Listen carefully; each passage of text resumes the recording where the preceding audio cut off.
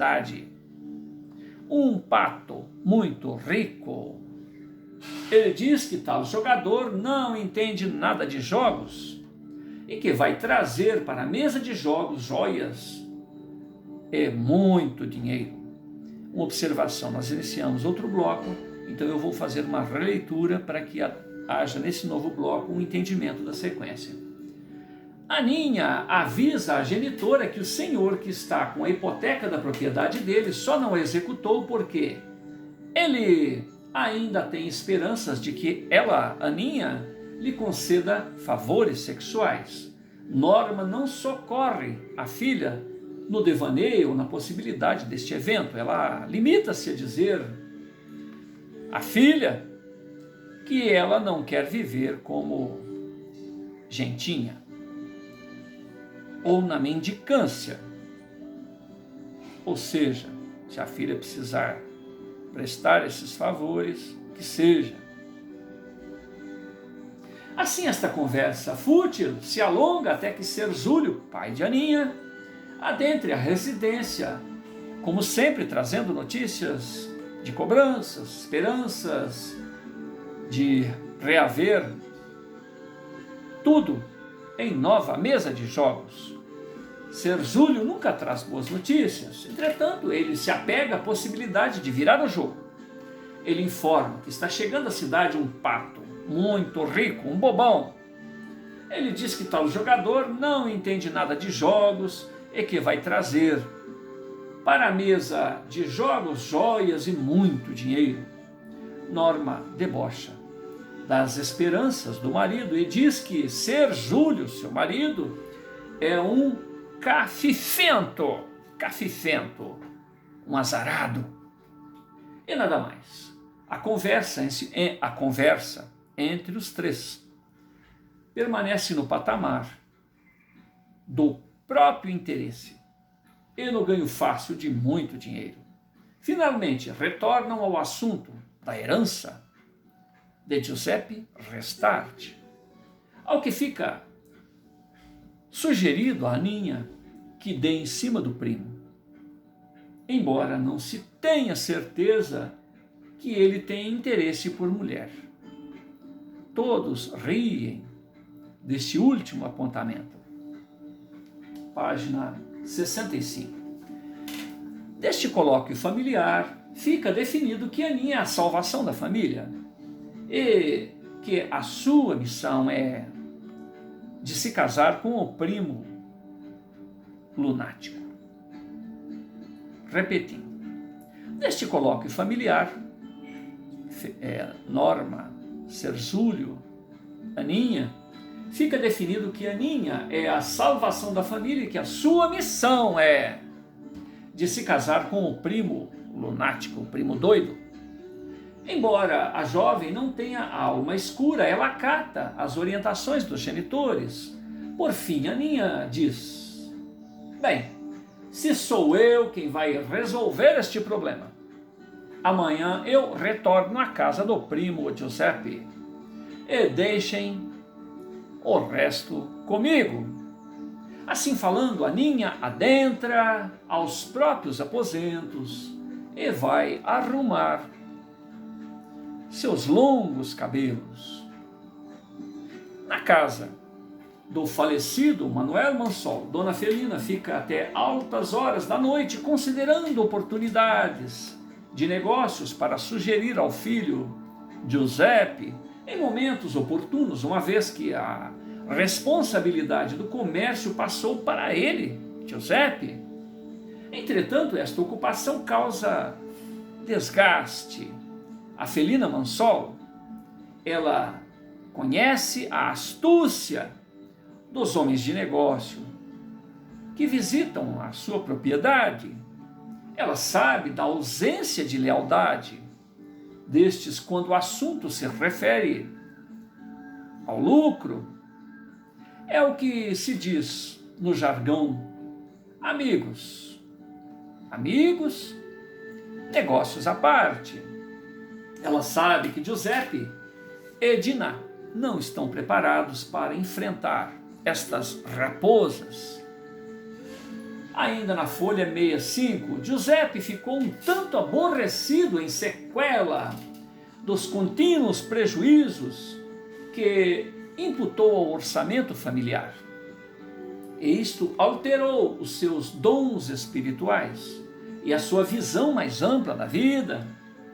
Neste ínterim, ele está a sair para o trabalho quando vê a chegada, sem prévio aviso, da prima, Aninha, linda, simpática, sorridente, cabelos loiros, arrematados em duas tranças, bem produzidas, muito bem produzidas, perfumada, gestos graciosos, olhos penetrantes,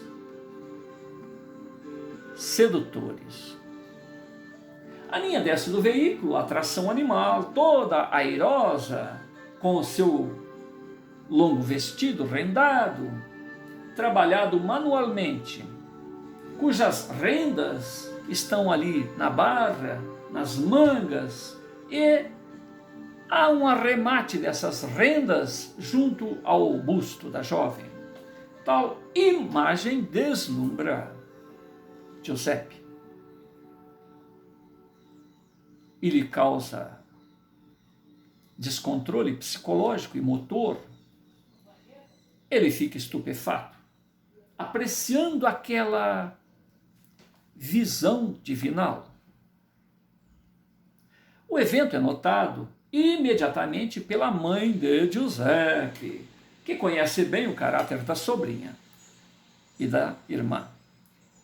Divisando o real motivo daquela inesperada visita, a anfitriã intervém e convida a Aninha a se recolher na sala de hóspedes, ocasião em que juntas tomarão um chá. Giuseppe, que estava de saída, até se desinteressa de seus compromissos e improvisa um diálogo com Aninha, o qual não consegue entreter, não consegue manter, devido ao seu fascínio pela prima. Diná também vem ao socorro do irmão e tenta o desvencilhar dos encantos de sua prima e busca romper aqueles olhares, mas ela não pode fazer nada. Dona Felina vem à carga, lembrando ao filho dos empenhos urgentes ao Giuseppe, e ele os desconsidera.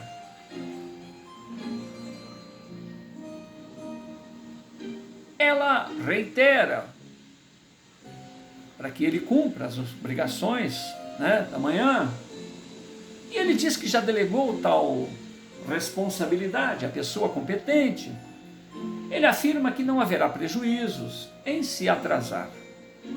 A mãe o alerta para as últimas perdas, e Giuseppe novamente ignora os apontamentos maternos, até que, após significativa demora, ele pede desculpas a Aninha e vai para suas obrigações, olhando para trás, olhando em direção a Aninha.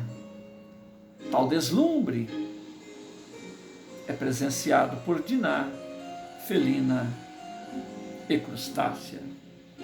Percebendo o esforço da prima e da futura sogra em sossobrar os seus planos, Aninha as provoca, uma vez que se sente dona da situação. Aninha olha para Giuseppe, que se distancia, olhando para trás, e grita de maneira doce e calculada: então vá, querido primo, eu compreendo. Página 66, 66. Na ausência de Giuseppe,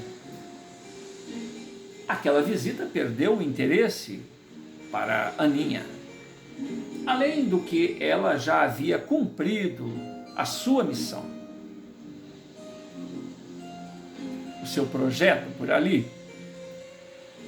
Pouco ela permanece após a despedida de Giuseppe. Logo, ela apresenta escusa aceitável para retornar ao próprio lar. Aninha se vai, prometendo um breve retorno para colocarem os assuntos em dia. Assim que chega no armazém, Giuseppe percebe que foi ludibriado mais uma vez. Ludibriado nos negócios. Se ele tivesse chegado mais cedo, mas deixou a tarefa para terceiro. A documentação não confere com os produtos contratados.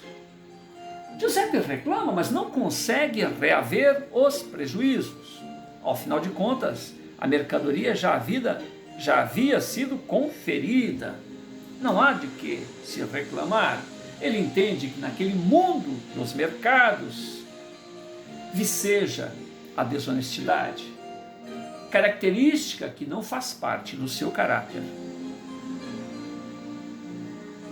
Desacorçoado, Giuseppe faz a viagem de retorno à casa, quando descobre, para seu consolo,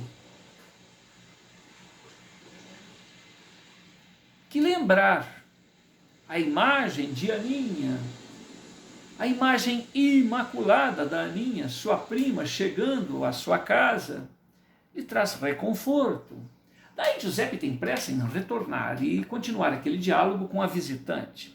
Em casa, recebe a informação de que Aninha já se resolveu por breve visita, o que faz com que Giuseppe até esqueça de informar a genitora e a sua irmã do ocorrido no armazém. Somente quando Dona Felina lhe questiona a respeito do assunto é que ele informa que as mercadorias haviam sido trocadas e que não adiantou lhe reclamar com o fornecedor.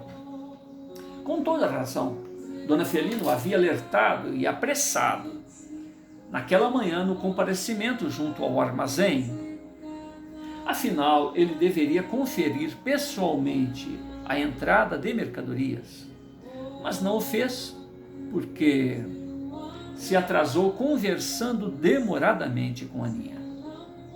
Giuseppe se aborrece pelo seu descuido, diz que logo causará a ruína da família, no que é acudido por Dinah, que o lembra da transitoriedade das coisas e que, em outra oportunidade, vai recuperar o prejuízo. Giuseppe agradece pelo otimismo e concorda com este excelente ponto de vista, do qual ele se esqueceu naquele dia, tumultuado, cheio de inovadoras experiências.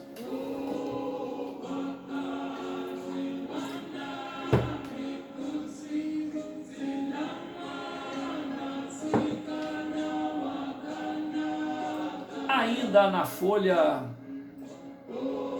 66, Giuseppe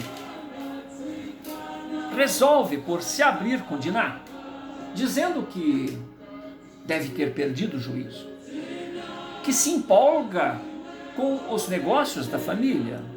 Entretanto, reconhece não ter a competência necessária para o bom desempenho desta obrigação, e da qual não há como se desvencilhar. Para complicar a situação, a crescente imagem da chegada da Aninha, e para complicar a situação, a recente imagem da chegada de Aninha ali na propriedade transpôs tanto a sua mente que o desvia de suas responsabilidades imediatas. Após esta confissão, Giuseppe busca a intimidade no próprio aposento para orar e pedir inspiração.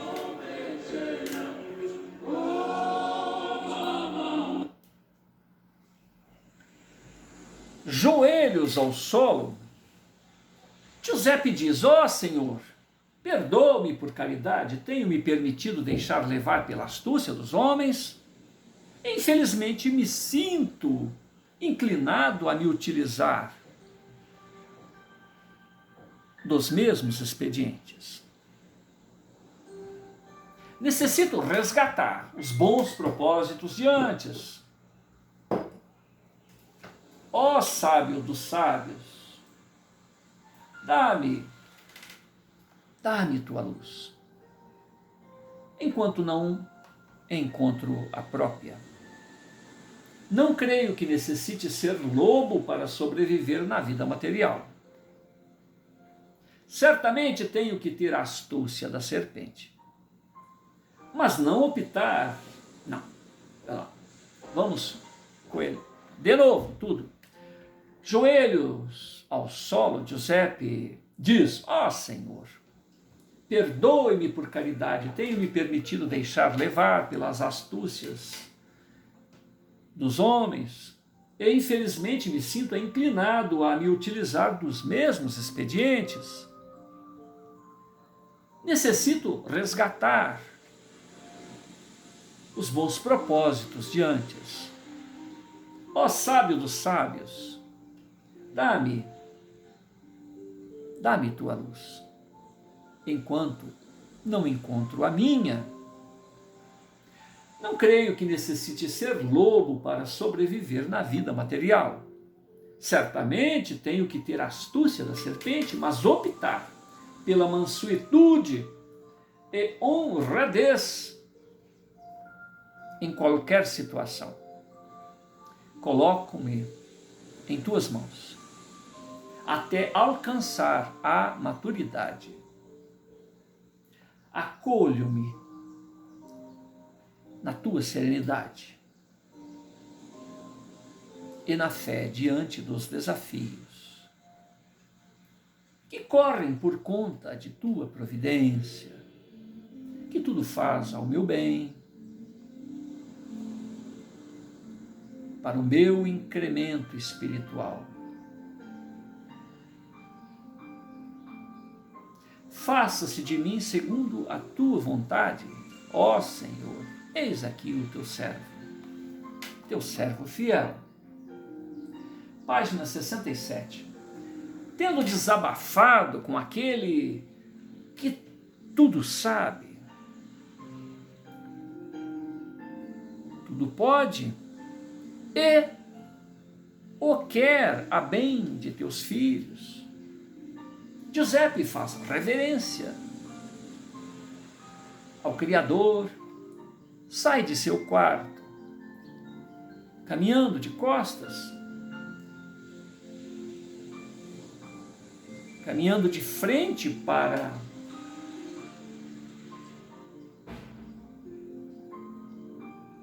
repetindo. Tendo desabafado com aquele que tudo sabe, pode e o quer ao bem de seus filhos, Giuseppe faz reverências ao Criador e sai do seu quarto em direção à porta de saída, sem se virar, para não dar as costas ao portal de comunhão estabelecido naquele momento com o Criador. Na parte externa do imóvel, o jovem caminha de um lado para outro, o que causa desconforto em Dona Felina, que vai ao seu encontro para saber o que motiva tanta preocupação no jovem. Momento em que ele se aconchega ao braço materno e diz: mãezinha, não sei o que está acontecendo comigo. Dona Felina lembra ao filho que a constante autoapreciação junto à consciência e também que há o testemunho para com a providência divina. Ela conclui Querido filho, você tem nos lembrado desta realidade. Nós outros caminhamos à sombra de tua fé. Acho que você necessita de descanso, como todos, para espairecer. Afinal, você tem muita responsabilidade. O teu ombro jovem tem muitas responsabilidades. Se posso sugerir algo, digo que você deve tirar umas férias. Sugiro uma viagem para o exterior, na companhia de Dinah. Acredito que alguns dias fora da rotina lhe fará muito bem. O rosto de Giuseppe se ilumina diante daquela sugestão. Em suas conjecturas, tal viagem para o exterior se desvia para a propriedade vizinha de Aninha. Aquele anjo, afinal, o destino de alguma maneira os instou, os atraiu um ao outro. Giuseppe diz: mamãe, você teve a melhor ideia do mundo. Giuseppe mantém os olhos para a abóbora celeste, como a visualizar ali a figura angelical de Aninha, incrustada em fulcros luminosos, esplendores místicos, a Santa Aninha. Giuseppe é grato e reverente à genitora pela sugestão. Beija as mãos, a testa de sua mãezinha exaustivamente e afirma: sei o que quero, mamãe. Giuseppe toma gentilmente a mão da mãe e, acompanhando a genitora, caminha em direção à área livre da propriedade, ocasião em que vê em Dinah retesando de maneira especial um tecido denominado organdi, espécie de musselina em algodão ou seda. Dinah, uma moça cheia de talentos, trabalha no tear e, através de fios, dá formato a um lindo pano listrado. Para surpresa de ambas, Giuseppe toma Dinah pelo braço, após se desculpar pela interrupção, e diz que deseja a opinião dela a respeito de uma ideia que está em sua mente, a partir de recente sugestão de mamãe. Elas caminham ao lado de Giuseppe, enquanto este procura a melhor maneira de dizer o que pensa. Até que ele para,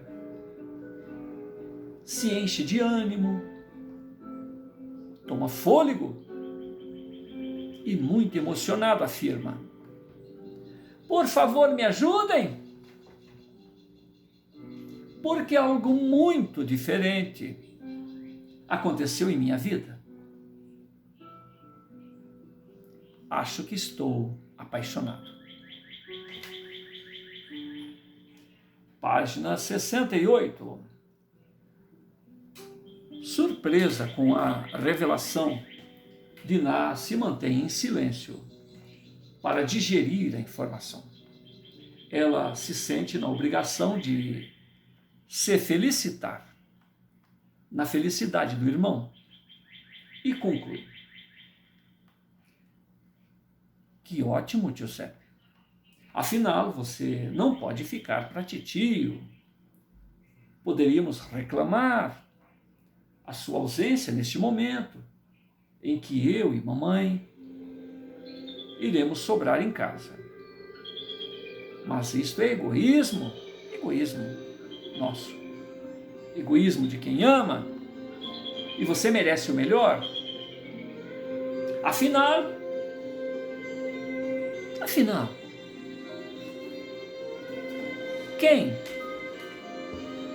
quem, Giuseppe, conseguiu conquistar o seu coração? Giuseppe, a princípio, brinca com o caso, fazendo mistério, até que em um tom tímido, inocente, maroto, ele afirma: é a Aninha, a nossa prima. Diná busca esconder o desagrado, sabedora das decepções que aguardam o irmão. Ela olha para a genitora e percebe que Dona Felina já desconfiava do caso. Então ela comenta: que surpresa, Giuseppe! A vida está a nos trazer muitas surpresas. Você tem certeza de que é com a Aninha a pessoa com quem você deseja se comprometer? Tal qual uma locomotiva em via férrea, inabalável, irrefreável, Giuseppe expõe as palavras que todos aguardavam, mas que ninguém desejaria ouvir.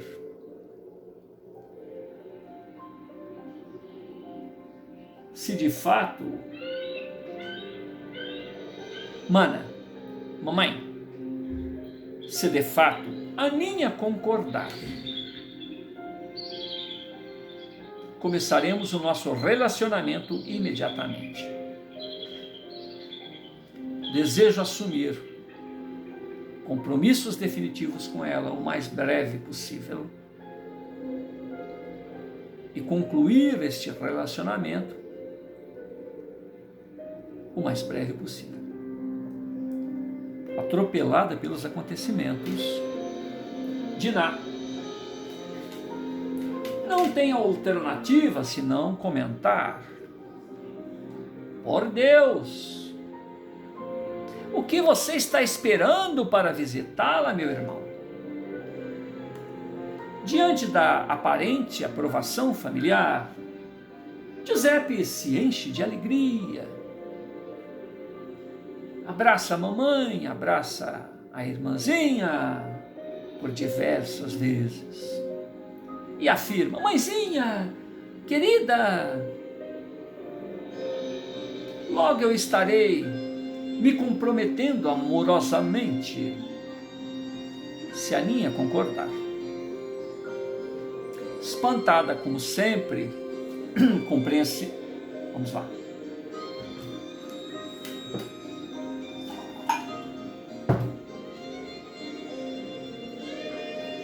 Repetindo, diante da aparente aprovação familiar, Giuseppe se enche de alegria, abraça a mãe e a irmã diversas vezes e afirma: mãezinha querida, logo estarei me comprometendo amorosamente, se a Aninha concordar. Espantada, mas sempre compreensível e desejosa da felicidade de Giuseppe, Dona Felina diz: desejo a você toda a felicidade. A felicidade que por anos te temos negado. Aí ela se refere ao período onde ela não entendia a mediunidade do Giuseppe e escrachava ele, deixava ele de lado. E depois que aconteceu essa série de coisas, né? O pai morreu, o irmão morreu, ela foi entendendo tudo isso e até participando, admirando esse trabalho que representa a presença dos imortais entre nós. Isso traz calma, tranquilidade e visão de vida eterna para ela. Então ela diz o seguinte, repetindo: espantada, mas sempre compreensiva e desejosa da felicidade de Giuseppe, Dona Felina diz: deseja a você toda a felicidade que por anos te temos negado devido à nossa insensibilidade, à nossa incompreensão. Que a vida lhe seja justa, meu filho, te compense nos encontros e aparentes desencontros do destino. Filho amado, siga em paz o seu destino, os seus desejos. E imediatamente, Giuseppe instrui a criadagem para que lhe prepare a montaria de belo, vigoroso e veloz corcel, para que ele vá imediatamente pedir a mão da Aninha em compromisso. Logo que atendido, ele se põe a galope rumo à felicidade. Em meio ao caminho, Giuseppe vai imaginando a surpresa da Aninha e dos tios quando ele noticiar o seu desejo, a sua inesperada decisão. Elucubra então a melhor maneira de apresentar as suas boas intenções e obter a aprovação de Aninha e dos seus tios neste grave compromisso. Repetindo, em meio ao caminho, Giuseppe vai imaginando a surpresa da Aninha e dos tios quando ele noticiar o seu desejo, a sua inesperada decisão. Giuseppe elucubra a melhor maneira de apresentar as suas boas intenções e obter a aprovação de Aninha e dos tios neste grave compromisso. Página 69. A estrada para a casa de Aninha é relativamente longa.